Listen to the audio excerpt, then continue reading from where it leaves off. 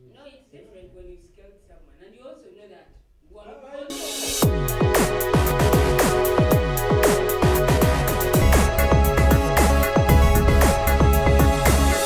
The Alternative Digitalk. Real issues, real talk. Fellow citizens, following the sequence of events, Uganda seems to be at political crossroads.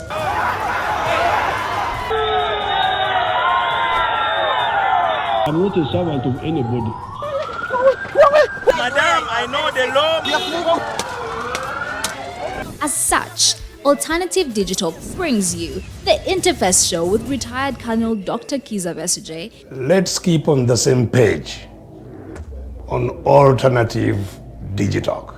As he gives you the alternatives on the transition question, rule of law, human rights and freedom, youth inclusion in governance, economic stagnation, as he confirms. I'll be always here, Saturday from 10 a.m. in the morning.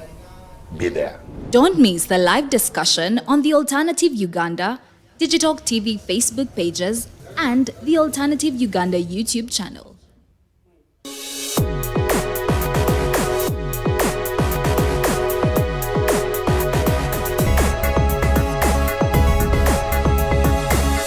The Alternative Digitalk. Real issues, real talk.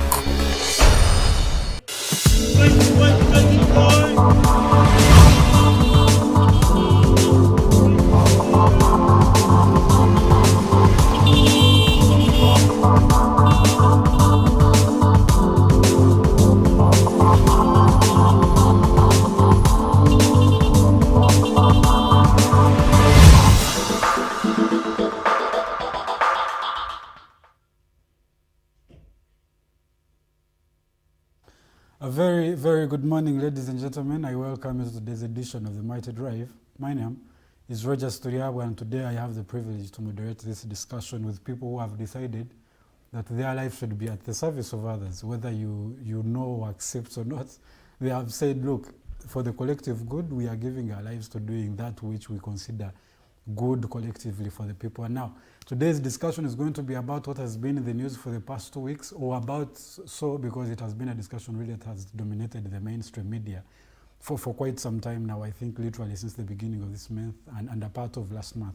There has been a discussion about the computer misuse, the bill that was proposed for the amendment of the Act and which was later assented to by the President of the Republic of Uganda and awaiting to a gazette so that it can start taking effect. Now, we want to look at how this whole issue shapes the discussion and the narrative, one of media of practice, two of the principle of opinion and perspectives, and also conscience, because I do not know how you start regulating conscience. What I think or feel is right or wrong, I don't know how you start regulating that, but that is a discussion that we are going to be listening in from this gentleman who also filed a petition, including myself, about 2 days ago to the Constitutional Court for, to address the provisions of the new amendments of the Computer Misuse Act of 2022.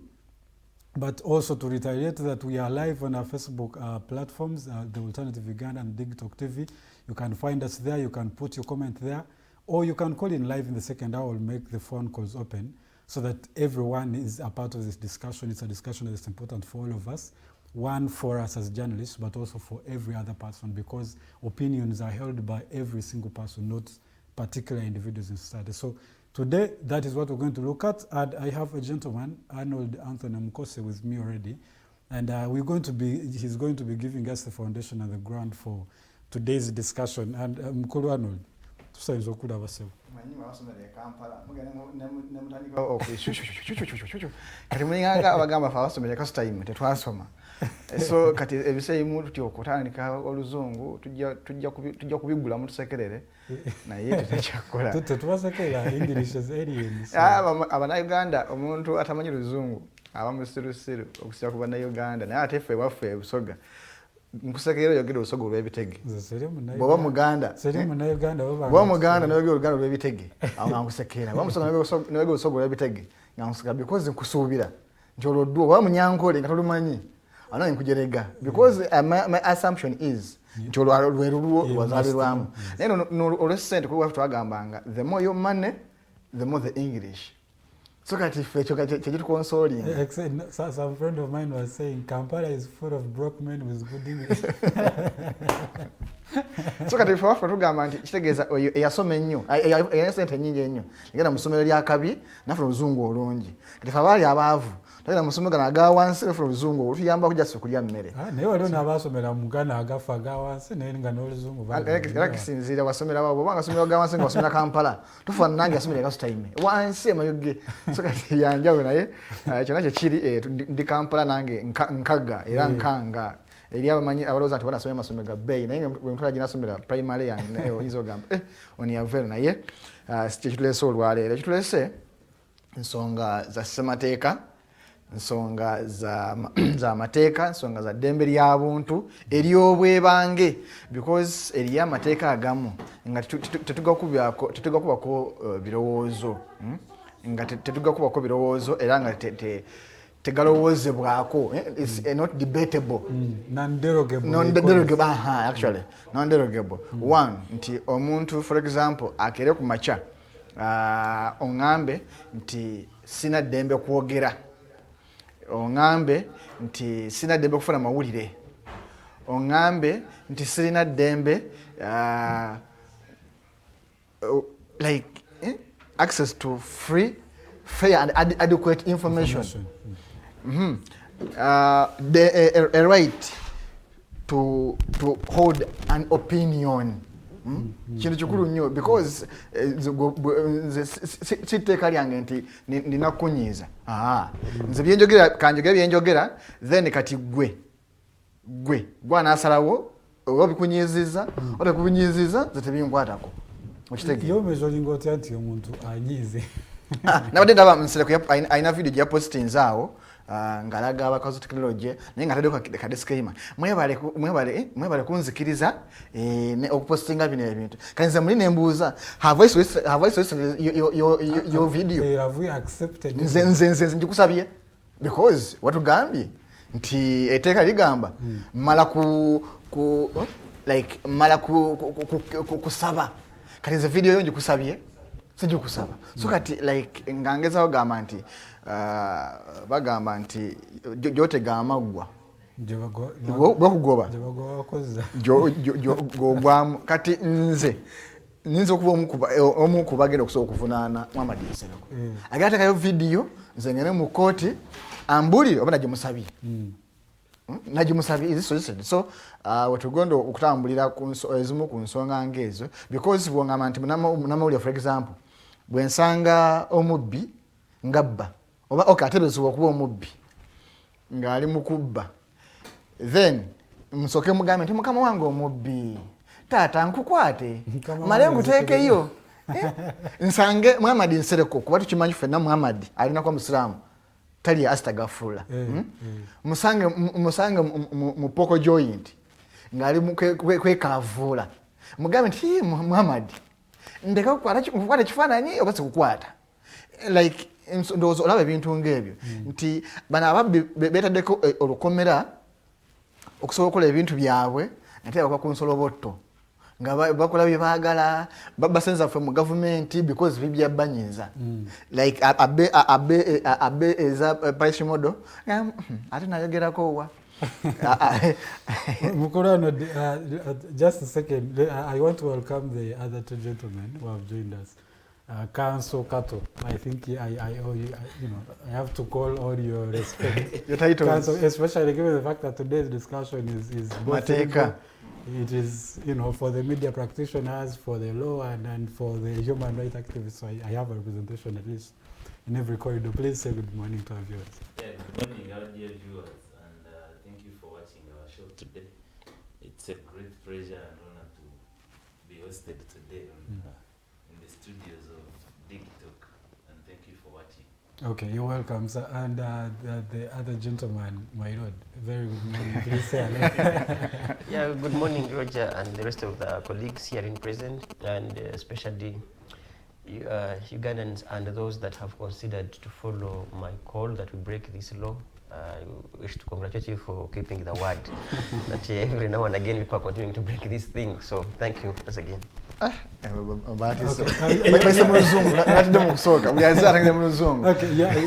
welcome to today's discussion. Now, we have had this whole talk of the computer misuse. We saw a group of, I think all of you, the other day at the Constitutional Court petitioning that very law and saying that it is draconian. It's bogus, it's vague. Some people have called it, others have said it is very stifling. It's very ambiguous, it's vague. It's not straight. Like so we are here to shine light, and I want to get to the person down there. I want us to give a foundation for this whole law. And the reason, because most of, if not all of you have said we need to break this law. In fact, one of the placards you are holding is this law is breakable. It's breakable. It's worth breaking.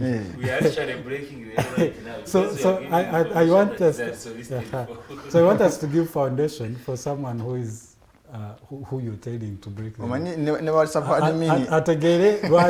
Lwaki this law is worth breaking, and what is at stake and what is on the line for this whole law. A friend of mine was saying it is outside the parameters of admissible limitation, and so we want to create a foundation. There has been a contestation of opinion and perspectives, and so we want to understand how does this affect all of us? How does it affect that right of opinion which the Constitution provides? And who is the person affected? Because omuntu omajja kubeera agambe etteeka lya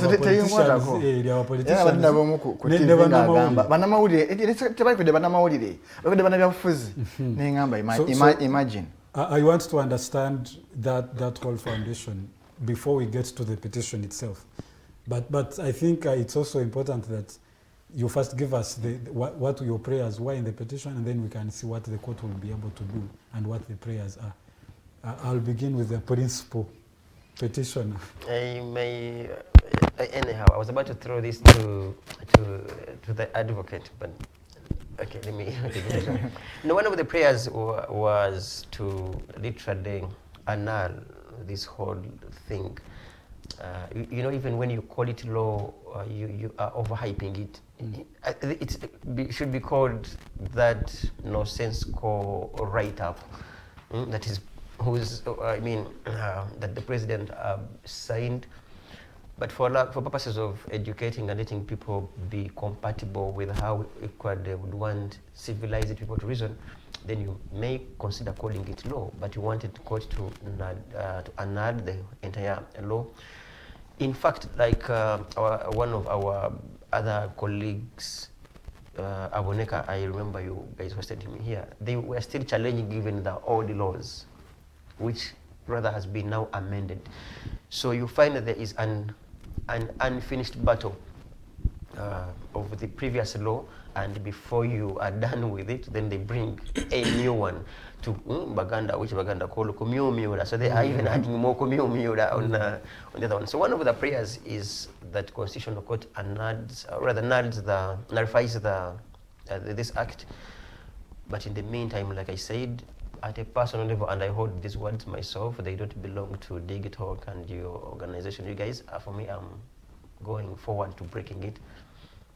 Maybe the advocate could break deeper than, because for me, honestly, I don't want to sound so radical on your platform, but for me, I'll break it. Even when they don't annul the law, I am ready to continue breaking it and being tried to their courts. You are okay to be tried? Yeah, because I apparently I'm even in courts of law charged with annoying some person who has annoyed me for the past 40 years. And presumably they said I annoyed him. And he's not bothered about annoying me for the 40 years. In fact, he's not even annoying me alone. He annoyed me, annoyed my children, annoyed my parents. You get a whole generation. A whole generation. Now for me, writing something, then they said I annoyed him. So for him, he has the right to annoy us, and I have no right to annoy him. And you find that vague. Charged under the same law, computer misuse. Yeah, which law, as I said prior, I will break it. I am breaking it, and I am ready to be tried for breaking it. Yeah. Yesterday, the president of NEED the National Economic Empowerment Dialogue, Mr. Kabuleta Joseph said that he's okay being arrested, but before they come, they should arrest Mukose for misusing the Computer Misuse Act to begin with. But Mr. Kato, who is also counsel, I want you to give us the legal background of the whole implication of this computer misuse. Thank you so much. To start with, we have had this law, the Computer Misuse Act, since 2011. That's when the law was introduced. That's when the law started being enforced as law in Uganda. And we have had so many people charged under the same law. But among, the shortcomings of the law were things that included how to prove that at that moment when you say and think that I have misused my computer, who was using that computer or that device. That was the beginning of the law. Then 2022, around August, that's when Honorable Nsereko, had a thought, which I call an afterthought. I don't know what inspired his mind, but that's what inspired his, presenting the amendment bill in Parliament. And as a lawyer and a person who has studied legislative drafting, there are things that we must consider before even coming up with amendments. First of all, we look at the Principal Act. What did it come to cure? Is it actually curing it? Then, do we need an amendment, or is there any problem that should be cured in the amendment? So, kwegamba ngatona kulete yo amendment, soko tulie ebili muteke kadde. Bichi byelita gonjola bulungi. Tufunye buzibu kikati eteke kadde bwelita kolako. Like, what is it not looking it's at? Not being addressed. And when I was looking at, the bill as it was presented by Nsereko, among the issues he was citing that inspired his presentation of the amendment bill included the advancement in technology. That the technology has advanced, so many social media platforms have been brought up, and the other old law was not capturing them. Then he also talked about prohibiting people from spreading hate speech. And I used to hear my lecturers tell us that the problem we're having as a country is that even the legislators lack the will of reading and making research before they come to present the bills before the floor of Parliament. Some of them want, the media attention, so that they talk about them that this law was presented by Honorable so and so. But what is specifically in that law? It's just vague and duplication of the same sections that are already existing in the law. The hate speech is covered in the existing laws. Yes, exactly. It is covered in the existing laws. The Penal Code talks about it. The Data and Protection Act talks about it. So many other laws talk about it. Even under the law of torts, defamation, if you spread any information that I feel it is defaming me, that's hate speech, then I will take you and sue you under civil. And actually under civil, the person who was defamed benefits, but under this law, it is actually the government going to benefit from the same. And it is highly punitive. It is highly punitive. All these penalties that I even talked about are covered already in the existing laws. The imprisonment and the fines. However much this law comes to make them strict, and the intention is actually to make most of us who cannot afford the fine of 15 million, if we are charged under the same law, the way it is, then so many of us will be in jail and we shall be imprisoned for 10 years because we cannot afford to pay the 15 million. Even when we have the capacity to pay, most of us will think that, adding money to somebody who actually is not deserving to get the same money through the funny, the vague, the unnecessary laws brought, at least I would be in jail for 10 years and not pay the money. I want to ask now the journalist who has been practicing for quite some time, do we not need regulation on fake news and misinformation? Kusobola kwa byonna okibuuza mu Luzungu naye kanjite mu Luganda because njagala omuntu wange alina WhatsApp group nga ye admin ategere ebintu bino because oba balowooza byaffe ne waggulu naye admin wa group okunyingiza mu group sikusabye ogenda bugenzi muki mukooti. So njagala omuntu wangu oyo wa wansi ategeera ensonga zose njogerako. Abuuziza nti teweetaagisa ab'etteeka oba okugezaako okukumaakuma okulondoola n'okulambika amawulire amafu oba amakyamu. Mu maliro nasoma bangamba era n'okutuusa teri mawulire amafu. There will never be fake news. Era omusango gwa Charles Onyango Obo Andrew Mwenda versus Uganda. Konti ensukkulumu yagamba Bannamawulire sivunanyizibwabwe bwe bagamba nti Arnold yafudde nga I believe is fake. Vaayo ogambe ndi mulamu. Okitegeera? Bwe ngamba nti Museveni yabbye bamu-implicating mu America era is evidence number 7 mu corruption, musango gwa corruption oguli mu kuteesa. Museveni vaayo ogambe nti mumpaayiriza documents zange zizinzaga si corrupt. Bwe ngamba Amadi Nsereko wakola ABCD bwe ngamba muli ogamba nti si fake. Vaayo ogamba olaga abantu ki the right side of my fake news. So bwe tukoti byatugamba nti gwe obulya mulinga nkuwaayiriza nendereka amawulire amakyamu tuwa amatuufu. Naye ate bwogenda mu kkooti nonga bugambe nakuwaayiriza nga tulaze amawulire makibetegeeza amawulire gabadde matuufu just wekangaabiriza. So nze nga Bannamawulire nyinza okufuna information nga eri maybe is 60%. Tekingana okutegeeza abantu bange audience yange public yenyini yasalirewo emanye nti okay, because first of all news is a perishable good. Bwe mbanja intesitesi program yange yencha sawa 2 lwaliro nenfuna side ya Rogers Tulyahabwe ninjagala funa side ya Norman Tumuhimbise neyebuzabuza tijanga nauza kwa story yange ndikwanga Norman yapa the side ye no because mawulire gavunda gwengo muntu tokiriza nti wali amawulire agata tagali yo profession yange. Now I'm going to give because the whole, I think the whole law and the whole amendment is premised on the whole social media issue, and by the time that judgment was rendered in 2004, you would agree that 18 years later there has been 20, I think even there has been totally different, growth in technology and advancement, which is what they are also citing. So do you not think we have had bloggers, Lumbuye and the likes? It's sometimes, most of the times, actually, most of us. Okay, so I've decided. Do you think it is also okay for people like those people to just go and say whatever they feel? Okay. Sasa nyanzi kusala myezi 18. Tuwali teka Nsereko yalese myezi 18. Ono mwala yajaguza okufa kwa Elito Mwine. Bamuchaje Mwine pia. Kati ne pia chichi kyerigendo like bwongama technology semanyi yaliwo semanyi contestation no chekeza kulaga ekibuzo kino kiribwa kiti mukulamba. The issue is, do we not need to regulate? It's not whether it has been existed or not, but it has been regulated. Roger, I think let me help not the two of you, I think the one of you. This is the point.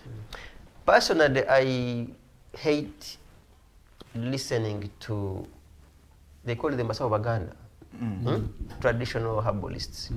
Butura kungo, boisimanga, bichi, ogaga bukubuze, kubinambe, you know those things. The moment I tune into my radio at the beginning, Mutura Kungo, I switch to another station. So if for you think they have declared Disale dead, don't give a damn. I mean, why do you believe? You get? Because the mere fact that Lumbuye, whoever it may be, says so and so mbega, so and so yafude, I have this finger of mine, I scroll. You get? Because we shall not be there to waste time. Because you said it's fake. Why give it attention? Again, in regards to the fake thing, if you are moving with your camera along that road and you find chaos, you record and say, in next 10 minutes, people disappear. There is a person who will say this was fake because you get the point. I mean, we should be that logical. Something could be true as in now. In next 10 minutes, it may appear to be fake. Because like Arnold said, news is perishable. So, I mean, we are wasting time on small things. I think Nsereko, that man wanted to be relevant. And indeed, he has achieved being relevant because he's now one of the most talked about thing of fella. Yeah. So, we must reason beyond our normal reasoning. And I've given you a very wonderful analogy. A story might be true now, in the next 10 minutes, it may appear untrue. Depending on who is receiving. Wonderful. And even when they declare you dead, do you die? Yeah, be my funny.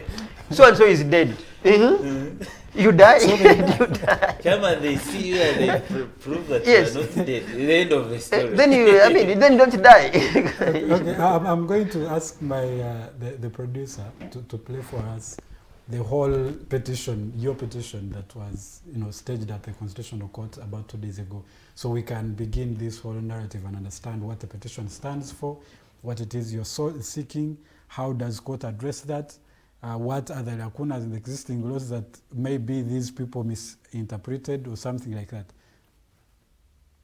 Ekibinja kya bannamawulire bannamateeka wamu n'abalwanirizi b'eddembe ku bbalaza ya wiiki eno beekubidde enduulu mu kkooti etaputa ssemateeka nga bawakanya ennongoosereza mu tteeka erifuga abakozesa emikutu gye mugattabantu eryateekeddwako omukono omukulembeze w'eggwanga ssabbiiti ewedde.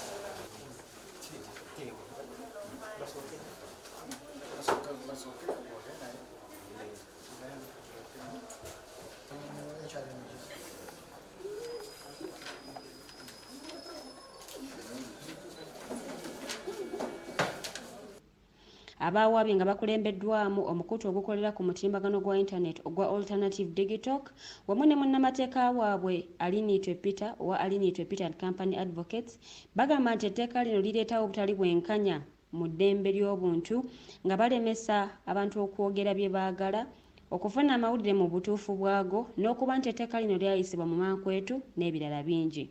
Buli muntu alina eddembe era kigenda nnyo okuba amawulire nti mu tteeka lino ligamba nti bw'oba wakukwata ekifaananyi oba okukiweereza oba okuwandiika sitole ku muntu oba okusanga omwana abamukubidde ku kkubo olina okusooka okufuna olukusa olukukkiriza okukola sitole eyo oba okuwandiika oba okukwata ekifaananyi ekyo. Kino tulaga nti mu constitution mu ddembe lyo eri mu constitution ery'obuntu kikontana nnyo n'enjingo eziwerako kubanga constitution etulaga nti omuntu alina eddembe okwogera. Bwe nkulaba n'endaba nti byokola si bituufu oba si birungi ddembe lyange okukyogera. Ate mu nfuga ey'amateeka kiyambako nti abantu bwe boogera kiyambako okutaayiza biki ebibi ebigenda mu maaso ebikolebwa naye abantu bwe baziyiza nti tibalina kubyogerako kiba kitegeeza oba otegeka bwana kyemalira toyagala ebikolebwa byogerebweko.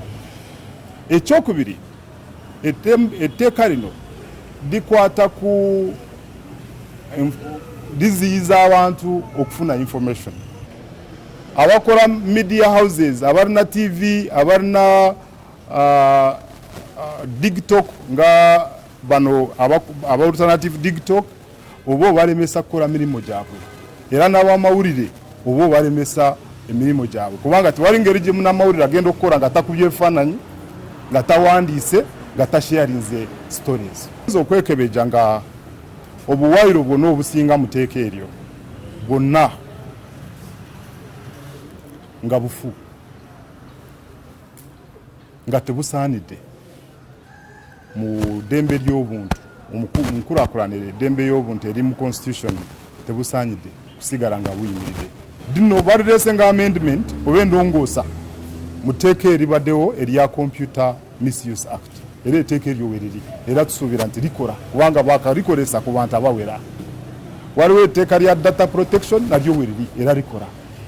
so tuwali lwaki tulaba bwetaavu ate obwetaagisa nti oleete endongolesa ate ziremu bino ebirumira ebigenda okugyawo eddembe ly'abantu n'okulemesa bizinesi z'abantu.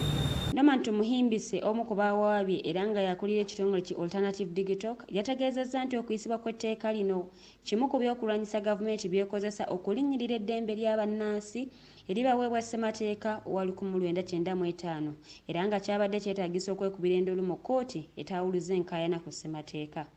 Nze Norman Tumuhimbise omukwanaganya wa ekisinde kya the Alternative Social Movement naye ate oluuyi luli ndi team leader wa Alternative Digitalk. Tulize wano ne tiimu y'abannamateeka baffe okuloopera kkooti etaputa ssemateeka nga tusaba lino etteeka lya Nsereko ne banne ekanyuge mu kasero kubanga tugamba ngaffe abalina n'omukutu gwa Bannamawulire ogwa online ate nga balitalya computer misuse nti kiyanditaataganya emirimu gya Bannamawulire naye ate n'eddembe ly'abannansi abalaba omubbi bamukubira enduulu kati netteeka libanga erigamba bw'olaba omubbi tokuba nduulu sooka mubuuze wama mubbi nkukubira enduulu oba sikubira nduulu lyetteeka teritegeeza yenjogera ennyangu netteeka sanga mubbi mubuuze gwe mubbi gwe wama kukubira enduulu oba sikubira nduulu naye nga tiffe akageri ke tuli abakubi b'enduulu ate ey'omwanguka tugenda gikubira ddala buli mubbi waali okutandikira ku palamenti nga bweri n'agitwala ne mukulu Museveni ne banne netteeka tugenda kulimenya era oluva wano tugenda tandikirawo kulimenya nga tuba postingako buli kemunabba tujja bawandiikako nga ekiwenda ky'okulimenya kubanga lyetteeka eriteekeddwa okumenyebwa era tukubiriza bannansi mwongere okulimenya lyangu lyakumenya kwata simu yo postinga ku mubbi sirika naye lijja nakuyamba nnyo ono general ayagala ennyo ayina obugalo bubeera bumusiiwa buli dakiika abeera tayipinga ku Twitter kandi naye tugenda muyambako bwe tulirwanyisa naye ajja funa eddembe lyetaaya nga naye bwatwitinga so yafenna okulirwanyisa era tetugenda kuzikiza nze oluva wano era nga tumaliza okugera nammwe kudda ku simu yange kwongera kulimenya kuboogerako bano ababbi netteeka terigenda kuba na bulamu mu Uganda muno. Twandiwalirizibwa okukunga bannayuganda ddala ab'emyaka egikozesa amasimu smartphones okweyiwa ku nguudo nga kyekimu kwe tuyinza okulowoozaako okwongera okulaga obutali bumativu bwaffe. Palamenti bweyisa ebitagasa jogereko speaker bwe beeyisa engeri kwatagana bawandiikeko so nga bwe tulowooza ne ku birala by'okkola ekiinga ekyangu ekyokukola nga tukisaba buli munnayuganda akikola eyo yonna gyali okwata simu yo woofuna omubbi nga oba abbye eza parish modo muwandiikeko kubanga netteeka yinga eri kukugira okuwandiika ku bubbi kibagayira etteeka lino kyakwongera kutusibirayo neffe tubasaba atagala muwandiikako agenda alunda ebibaata teri muntu alina budde bwakuwandiika oba kuba kifaananyi kya mulunzi wa mbaata oba muyizzi naye obanga oli mu gavumenti ng'oli mu kitongole oli mu mulimu gwa gavumenti tujja kuwandiikako teri muntu awandiika ku babishopu kubanga tebalina bibatukoze bibi kubawandiikako lwaki bo beekengera so litwadde ffe tuli wano okuwandiika kuli mu mukozi wa kintu kibi ekikontana n'ebyamutwala mu bukulembeze bwalimu. Abawaabye baagala kkooti esazeemu obuwaayiro buno wammanga akookubiri akokusatu akokuna akokutaano wamu n'ak'omukaaga obwennongoosereza mu tteeka lino nga bagamba nti teririna kufuuka tteeka. We have demonstrated that they are against the constitutional provisions and unconstitutional. I think there are about like 45 sections and all of them, the way they stand, we believe they are unconstitutional. To a fair hearing, we are finding certain provisions which have criminalized certain practices, but the constitutional standards are clear. If you are making a criminal offense, that offense must be clearly defined and its penalty prescribed. But we find that the provisions as they are in this amendment are vague. I've already cited an example. What is unsolicited information? How would you define that this information is solicited or is unsolicited before you penalize someone for practicing his right? Kinajjukirwa nti etteeka erifuga abakozesa emikutu gye mugattabantu lyaleetebwa mu Parliament omubaka wa Kampala Central Muhammad Nsereko okulikolamu ennongoosereza nga lino lyasooka kuyisibwa mu mwaka ogwa 2011. Lino lyakomezebwawo mu Parliament okulikolamu ennongoosereza era ne liyisibwa nga 8 ogw'omwenda 2022 oluvannyuma omukulembeze w'eggwanga n'aliteekako omukono ng'ennaku z'omwezi 13 ogw'Ekkumi omwaka 2022 olwo nno ne lifuuka etteeka erijjuvu.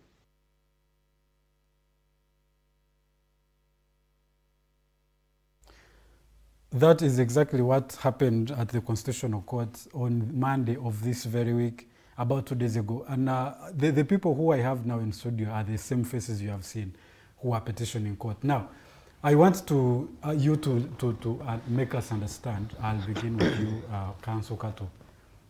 The prayers you sought for to the constitutional address, what do you have particular clauses in this law that you want removed in the amendment, or you want the whole amendment to just be left out? Thank you so much, Mr. Rogers. First of all, the power to petition, the nullification of this act, you just get it from the Constitution, specifically Article 138 of the Constitution, gives us the power that if we feel that any law contravenes and contradicts the different sections and provisions or articles of the Constitution, we must challenge it. And it's the power now of the Constitutional Court to give us what it feels. Whether our points are substantial and prove that actually the law contradicts the provisions of the Constitution as the supreme law, then they must be nullified. Our prayers include one, we are seeking that the Constitutional Court declares that the whole act, the provisions from Section 2, Section 6 of the Computer Misuse Amendment Act of 2022 are stayed, so that they do not be applied as law, and they start arresting us for breaking the laws that are specified under the same act. Then secondly, we pray that Sections 2, 3, 4, 5, 6 that include, among others, hate speech, misleading and malicious information, and solicited information, and that kind of sharing, they should be nullified and declared null and void because they contravene the different provisions and sections and articles of the Constitution. Among the articles, they include Article 2 of the Constitution, Clause 2, that talks about the supremacy of the Constitution. Because any law, any act, or any provision in a different act, before it is passed, the legislators must ensure that it confirms and it's actually in line with the different provisions of the Constitution. Then we go and talk about the principle of legality under Article 1 and under Article 28, Clause 12, that talks about that any law should provide and define well the offense.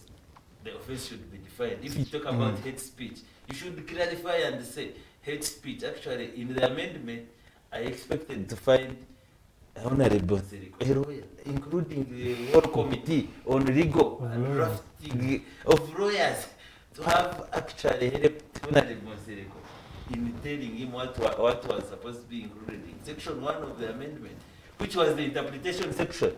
And they would have clearly stated that when they talk about hate speech in the act, this is what they mean. What amounts to hate speech? When they talk about unsolicited information, this is what it means. And that is all not included. When you look at the interpretation section, Section 1, they talk about a reader. And a reader, they don't even define it.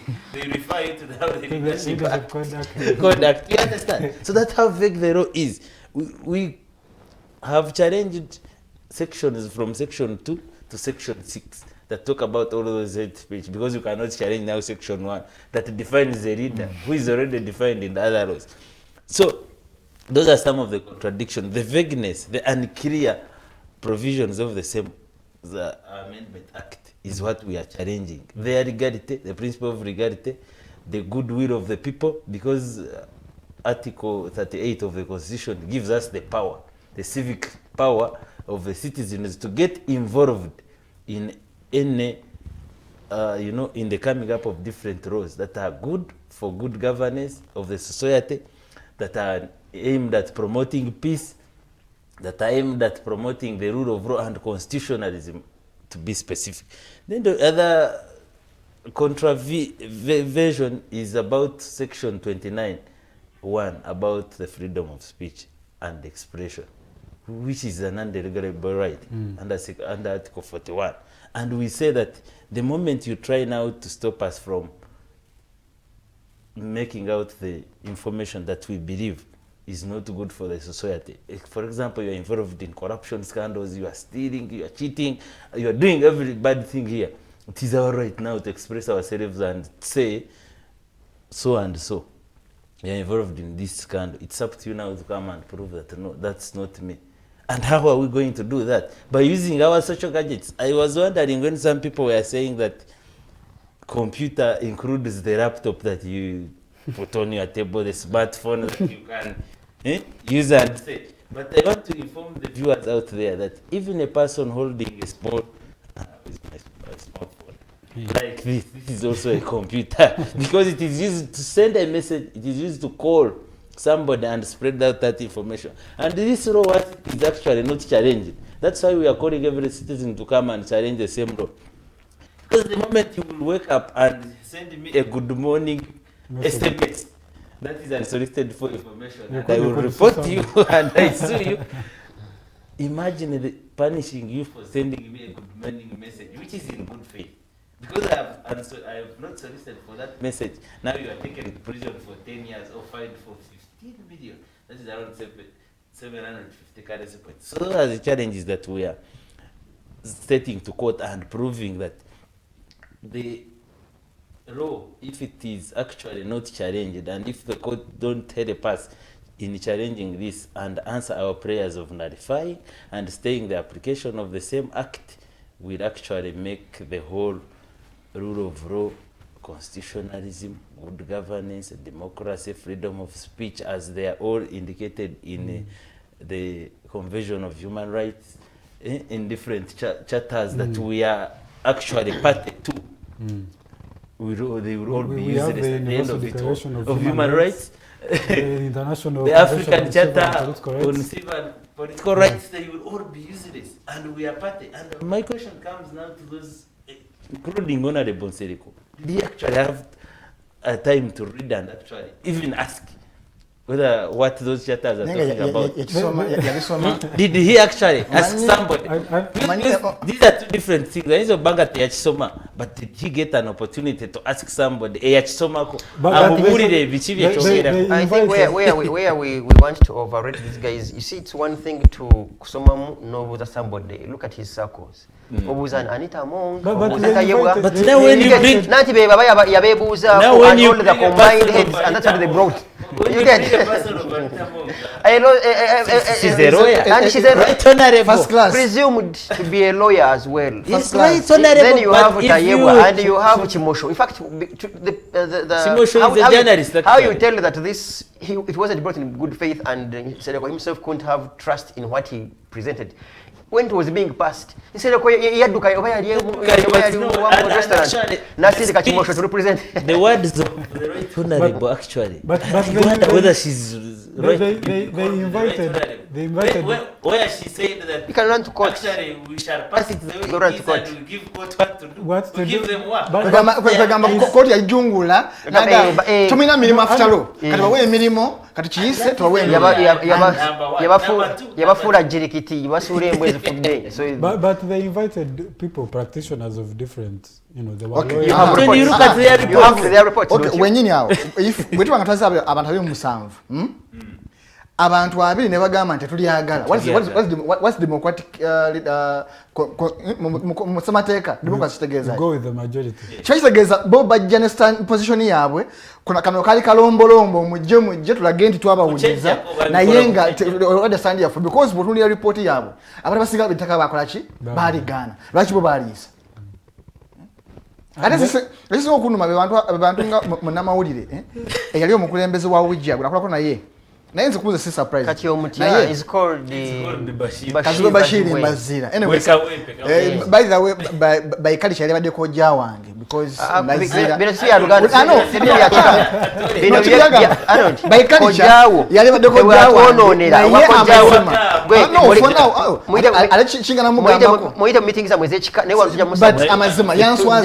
but I'm not surprised because akolagana kuwujja for 2 years. So I manya amanyiro egali natera ngugamba abana cabinet ndi mudomo mingi lakini kaza hakuna. Nti my president I used to refer to him as mudomo mingi lakini kaza hakuna.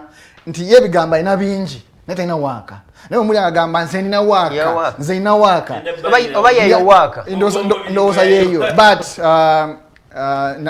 banji bamvuma because nabinababa nebagamba nti muli ku campaign trail ya mukwano gwange oyo koja wange mukulembeze munnange naye mu bukulembeze si muntu mulungi ku radio ne ku TV nga bategeze fa mawanga amala iko kwa kulembeze naye si mulungi mukulembera nibangamba abamu some went tribal but for me I was used to kwa gwe musoga otegera otefa abaganda ukitegera watu bangamba nibangamba fine mbawade emyaka eji omuntu alikomawo ne mugamba ntali mutufa ate jawera olama okulayira najusa ne wasula nava bwayise nabagirawo mu byo nabujjawo naye kati natude reporting ayo kwa signings like etteeka zali nsubi ate ngama namawulire ali mu field yen amakitegeeza ndani kimoshe yaliteeka yo munamawulire okitegera nti omuntu amanya nti at least for the good of the profession yuka ina TV yese okunyiza ina TV station naye oseka ko mukono because bakwale kintu kidogo okay simanyo ba mwadi but my presumption is munamawulire ategeera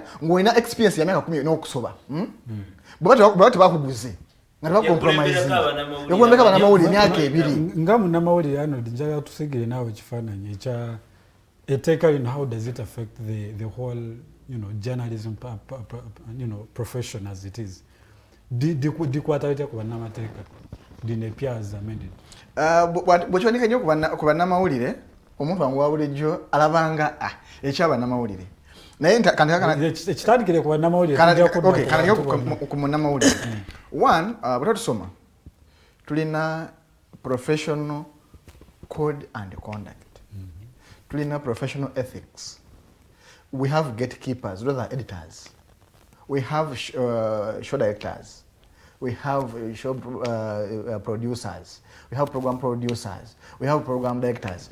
All these people, omulimo gwabwe is to get kulaba nti amalege tugenda okubawa gasengejeddwa bulungi. Era singa ndete egule lyowulira mulinga nkulabudde etteeka we ya defamation. Ate defamation naye era kkooti yatuwa position naye nga still I can defame you. Okitegera no nvunaana era bangi ba defamings ne president Museveni nakwezo badde ulya Daily Monitor nga yagala kusuwinga aga suwinga tutegeza ettaka weliri papers zonna basuwinga zi monitor nti fenga nze munamawulire by the way nsolo okumala wiki nama ku storage nange kikozesa ekyo so akwansaga kupublishinga naye am cross checking my facts nti editor omwana ayinza kuleta story olwayo ku macha n'omugamba mubulamu naita mugamba ha ate ejolese mulimu ka element kano solo kafuna nakaleta nogamba ha okimanyi nga tufunye ango nga gwe mukusoka yaita ango jolese byanti yenungi naye ate facts zaza checking nga ate yeri ange entufu na tunde story nomugamba omanyi tuji holding nanya gundi wano atwa information ino that's the gatekeeping you are ononya facts olebuleka loophole okitegera nti fenga banamawulire ngabulaba munnamateeka nti omuntu ali omusango nagamba wanatuna omusango wanatuna omusango nakubulirawo nange ntulya story nemanya nti okay eno story kutambula wiki number nga buli naku leero nengamba ka internal money side ye just no money yekka ntegeza abalabi bange bawuliza bange abasomi bange nti encha disavation yani ya Roger. Then the other day, government atuamaze kubuza side zonna katuli mundoza za abantu because amawulire gena principles. Amawulire gena codes. Amawulire tuine enono nempisa. So kati gobokera ku macha no ngamba ntinze. For example, investigative journalist. Tusuubira nti buli kyola kyonna kyabubba Okay, 90% of investigative information it's on secret. eba ya chama 90%. 10 yenyo eyokujja okay fine kati obalancing ofune twafunye batugamba gundi tulina katambika gundi tulina gundi ngakola bwati kati gwe nga twa Digitalk twafuna Arnold nga akola bwati Kato nga ibwati ne kati gwe nga idi wa Digitalk twala position hiyo kati ye 10%. Kati gwogamba tuli mwana akola investigative nti kati nawulidde Muhammad Nsereko aina skando zalimu ezettaka na yes ntanzo kuzinonyerezaako ngene mu government Muhammad Nsereko wama mbobbe taka kodi Kampala nkuwandiikeko olaba kyakikola nti fenga Bannamawulire n'ensonga lwaki one access to information etteeka balimenya naye nga weriri tulina eddembe okwakisinga information actually si Bannamawulire yekka n'omuntu wa bulijjo yenna anyone has the right to access to information. Etteeka balijeewo. Etteeka eddembe eryokuba practicing omulimu gwange nasoma. A right to practice my profession. Or a right to involve in a legal trade. Yes. Balijeewo. Because wangama ate Bannamawulire bwana publishing anga story omulabi omuwuliza sokuvunaana nanga masabi kusabye. Obashitega kibagamba ani so said nti andaba kati that's why they also provided for in the constitution andaba kati eri andaba ajja kuvuna nagambe nsa kusaba mawulire gwe wampadde kyetegeza nti mulimu gwange baguli meetings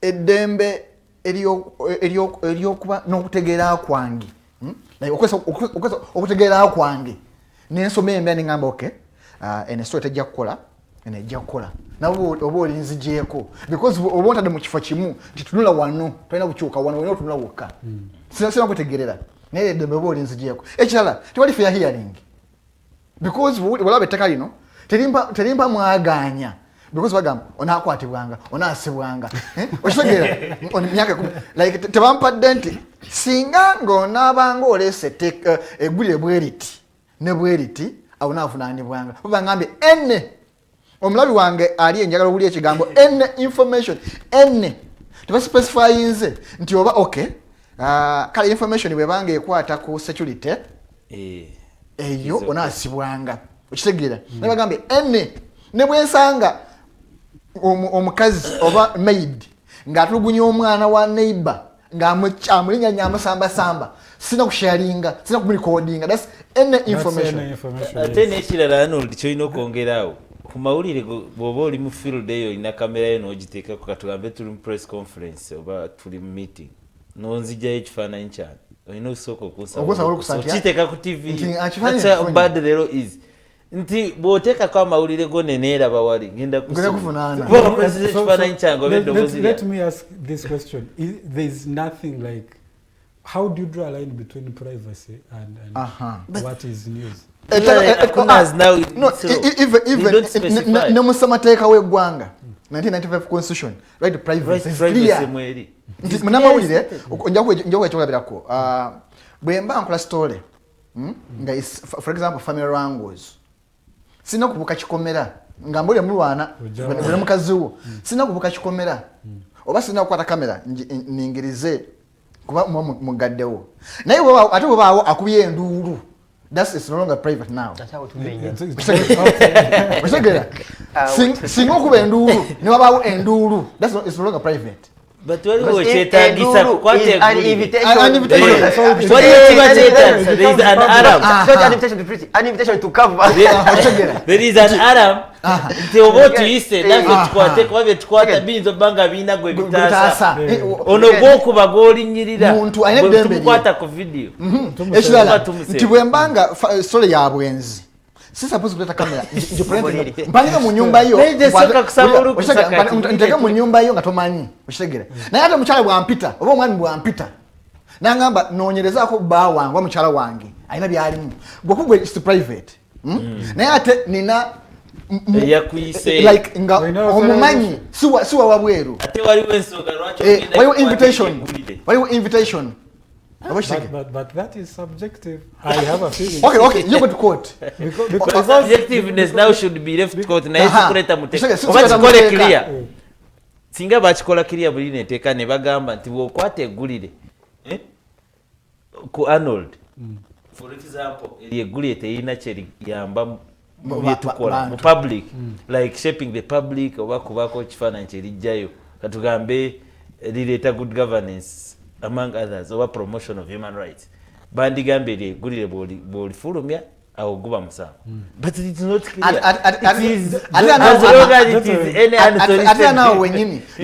You can't limit information because hizo banga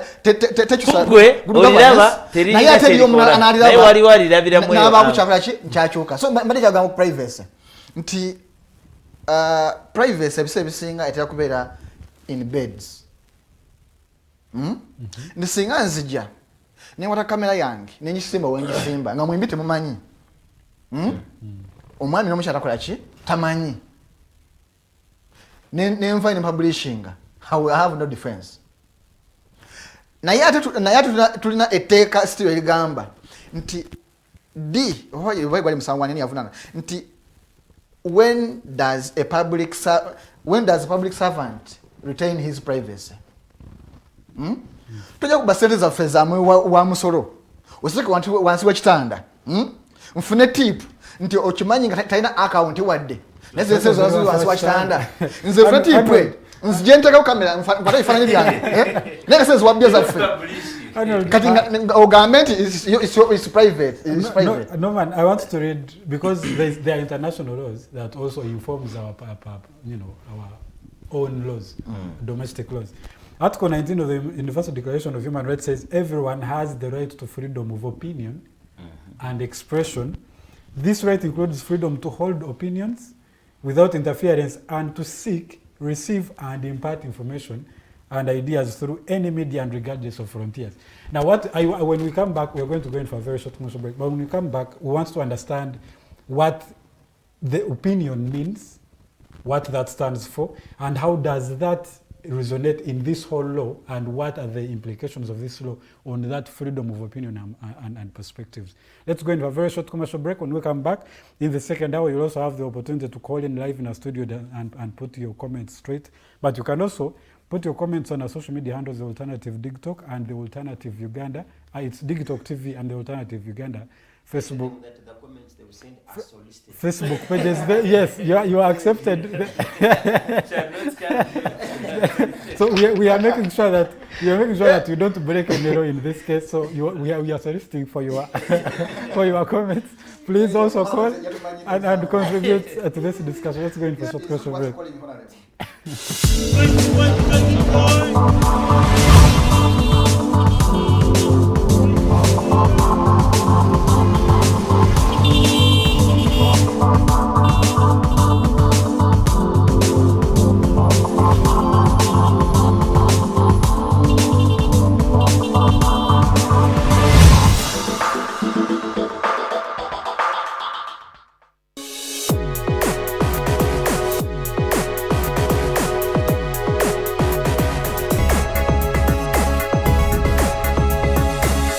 The Alternative Digitalk. Real issues, real talk.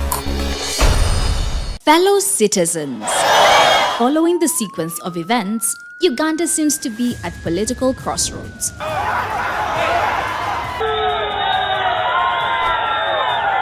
I'm not a servant of anybody. Madam, I know the law. As such, Alternative Digital brings you the Interface Show with retired Colonel Dr. Kiza Besuje. Let's keep on the same page on Alternative Digitalk, As he gives you the alternatives on the transition question, rule of law, human rights and freedom, youth inclusion in governance, economic stagnation, as he confirms. I'll be always here Saturday from 10 a.m. in the morning. Be there. Don't miss the live discussion on the Alternative Uganda, Digitalk TV Facebook pages, and the Alternative Uganda YouTube channel.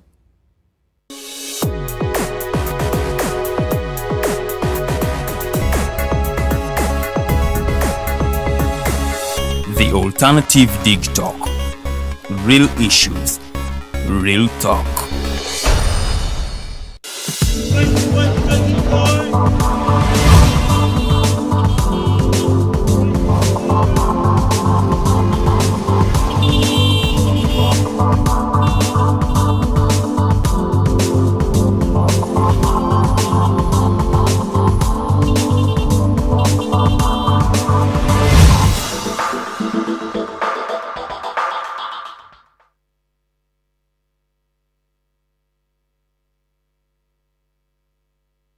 You're welcome back to this second hour of today's edition of the Mighty Drive. My name, again, is Rogers Tulyahabwe. And before we went to the break, Norman, we had, I quoted Article 19 of the Universal Declaration of Human Rights, and which is read in tandem with also Article 19 of the Universal, it's International Convention on Civil and Political Rights. The same Articles 19 for both laws actually provide for the same thing, that people have a right to freedom of opinion and expression. And I want you now to paint a picture for us on how the whole freedom of opinion is under threat in this amendment of the Computer Misuse Act.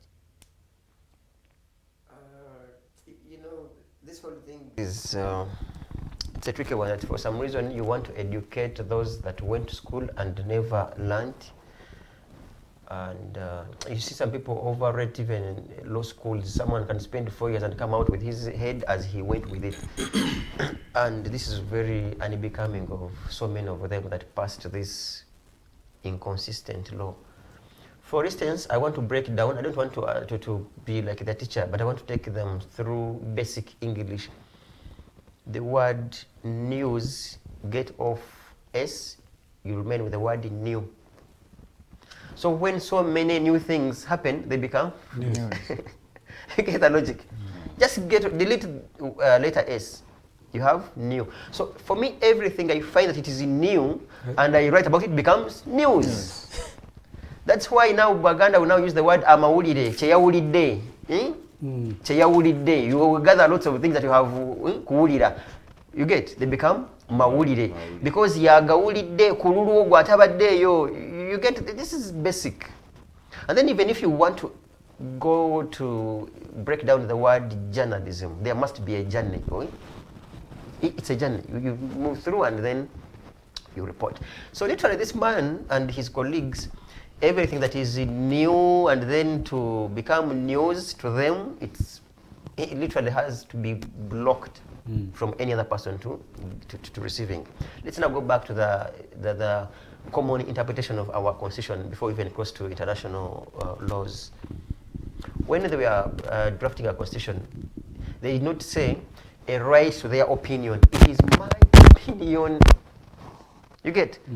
When you talk of the freedom of expression, it's my and conscience. My own, not what you think. My own expression. My perceptions are different. You get? Otherwise, they should have underlined and say what I think of them, their opinion. But it's my opinion. Even when we come back to our gadgets here, it works. In the morning, they ask me, what's on my mind? Not what is on their mind.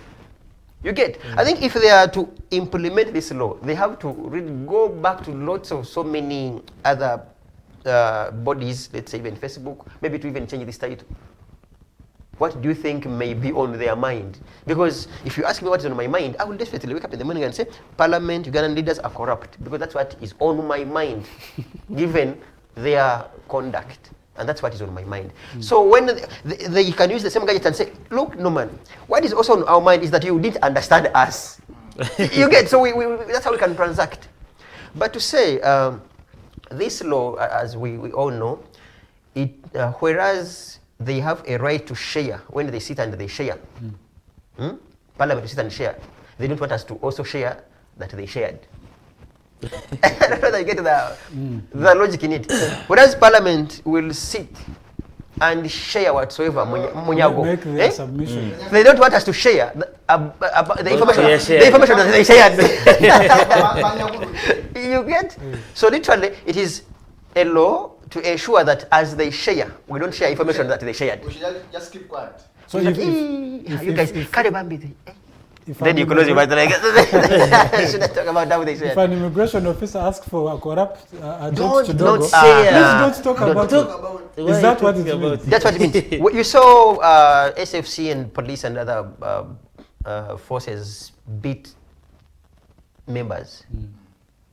I can assure you, even sharing that they were being beaten when this law would be illegal. In fact, the same thing that now even sharing parliament as this man, what is his name? Moses Arnold. He said an A4 whatever paper, that bond paper. That alone so come with the authorization. But now let me ask, you know these guys are funny. Bo sango mutujunga ina wa wiring biwaye okutega bomb. Don't share. Because it's unsolicited for. This law don't have their authorization. You get. You get. It's just funny. Like this gentleman, Council Awaneka was also saying, maybe these things of accidents, whatever that these guys are recording and sharing, unless they say that it's like, or the right to to spread whatever they want has now gone back to pure the government. You know what and that is very deadly and dangerous to all of us.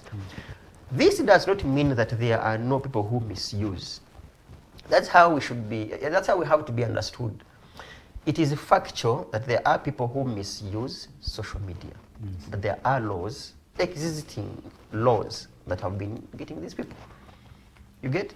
We don't want to see this, a few misusers, for lack of another word.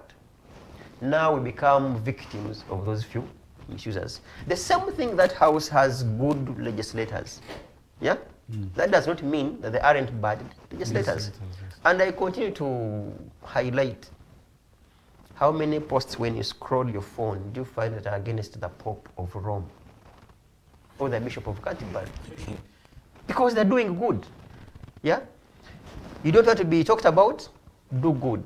Actually, we shall talk to you. We shall talk about you in a good way. Yeah? If you're in public, even simply yawning as you hear this man with how he sips his porridge, it annoys me. But I will say, Mr. President, the way you sip your coffee, my coffee, you know, that one is coffee. It's also annoying. He's pinetti.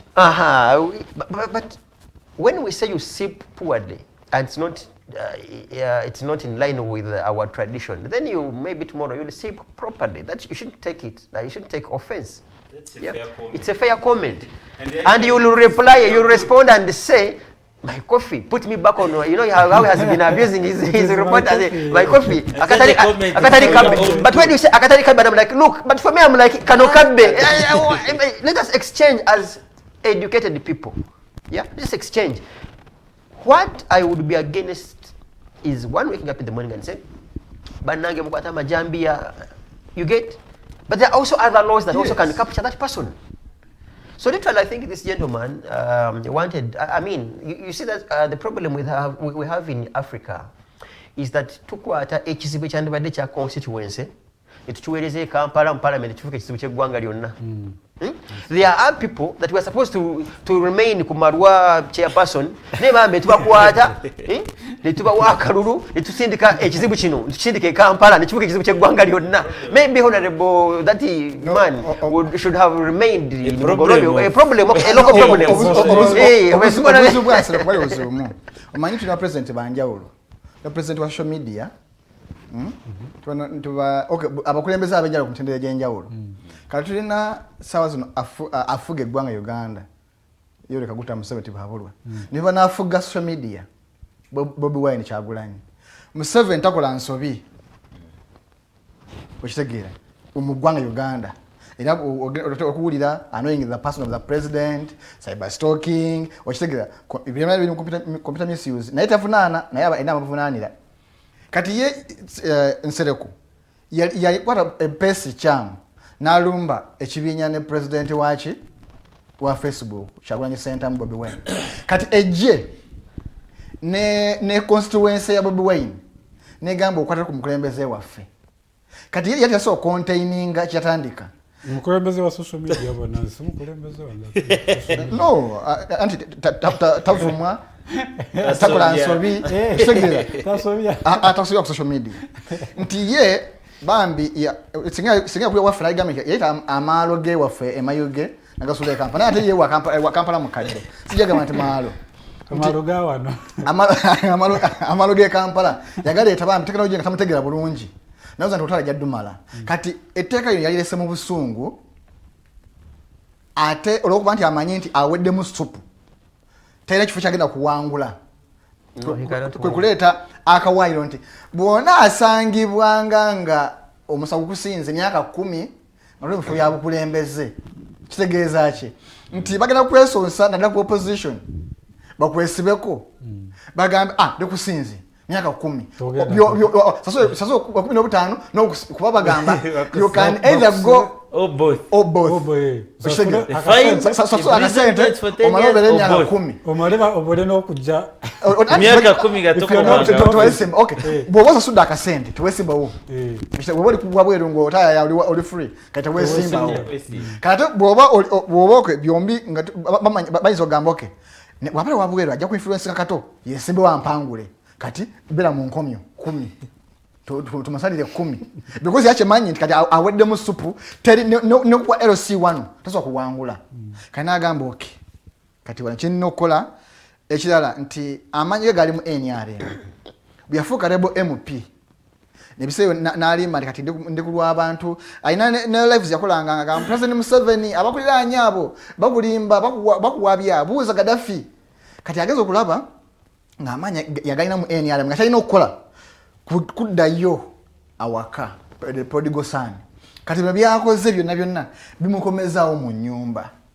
era mu opposition nabadde ndaba gundi emu nga omwana omu agamba batugamba omusango gwa Fred Nyanzi ne Nsereko baguddeyo gutunulyo bupya badda muguyite like indirecting mwana agamba nti bakwesunza singa koti yakuvaamu naye shemanyira ko tekisa okuvaamu naye nga bagamba singa koti yakuvaamu ne kusabye kutinga je tulife tugenda kulaga chiche bayita amanyi g'abantu so nze ndowooza Nsereko anonya relevance side eri wategedde relevance abantu so ndowooza kino kibe kyakuyigira abakulembeze abalala tujja basaba nze omukulembeze oba MP wanga nkiikire bunya east tunakola amajani nze nzikiriza onsibe abalonzi omanye kwogerako kwe president wange president w'eggwanga niba ku opposition kobe Mau kobe Bobi Wine kobe Amuriati kobe Mafabi kobani tugenda bani kabuli kachichagwe mukola so mutalowoza munatufugia ku mateeka efa kyokuba ku nfuga ya mateeka tujja bate because ekiri ya Uganda lwalero nfuga ya mateeka tufugiwa mateeka so si nfuga ya mateeka olwalero omuntu anonya karupo because kiri ngogamba nti ekala moja tabambala ngoyi ife yakalicho kero macho bagambe gwe nasanga tayambadde lugoye wakusoma myaka 10 but tososo kunulira kalicho yabwe gamba ki omuntu yambadde olugoye yalwambala atya yalwambalirani ogendo gamba nyankole nti gwe nasanga asaba ente ogwayo mwalawe tugenda musiba bamwe nga mugava abwerere bali kalicho yabwe eraga nti babone ko kulekera wano because omwana abadatu yamba waka kali ko genze ente ziro tujja kamanga amata oba oli atufuna omuntu tufuna akasente akaleta omukozi atulimire mwana abadatu tulimira that's the essence so kati gubulaita bino byoleta Nsereko tugenda kusabula Rogers gatona genda badde njagala kuletera kantu ka ennaku z'omwezi nga 13 ogw'ekumi President Museveni yasayininga 4 bills in Tulo ate mwalimu the Physical Planners Registration Act 2022, the Kampala Capital City Amendment Act 2022, the Mining and Minerals Act 2022, and the Computer Misuse Amendment Act 2022. Ulwachoroza abana Uganda basusa Uganda esira balitadde Computer Misuse Act. You know, there is a principle we use in law, the principle of acceptability in the public. A good law must be accepted by the people because it is going to govern us, the people. Not a few individuals. I think some scholars wrote and said the more corrupt the state becomes, the more the laws they will make. Kati tetutudde wano bajja kugamba okutuula abantu abanaku sente emu nago omusango bakola etteeka. Because when mutuula wamu, there is something you are bringing to the public and you are creating, you are spreading a good message. Wetulaga, even given the poor economy, I mean, when someone tells you to eat cassava, so it means he might also say, "Okusango guzo mugati." Ngatolia cassava. Ngatolia, ngatolidde muwo.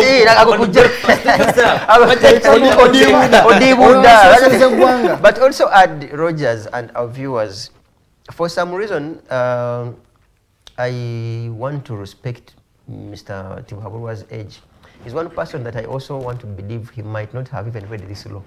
It is also possible. You see, Museveni can also become penny happy. Get and signs. And by the way, I speak this authoritatively. There are only 7 clauses. No, leave alone the clauses.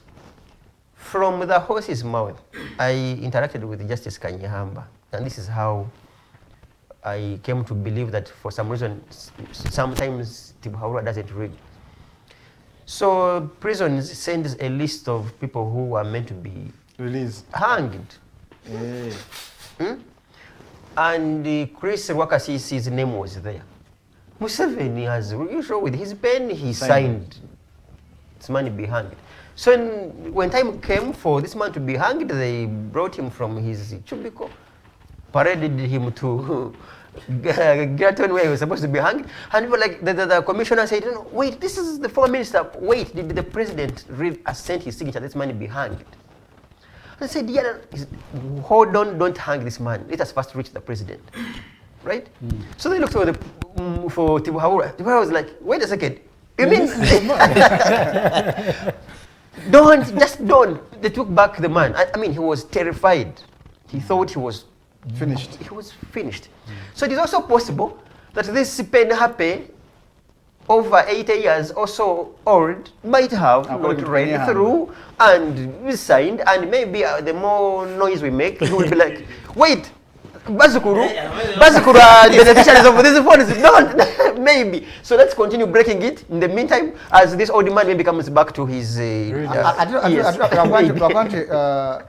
Museveni, ye adima jaina tafunanibwe.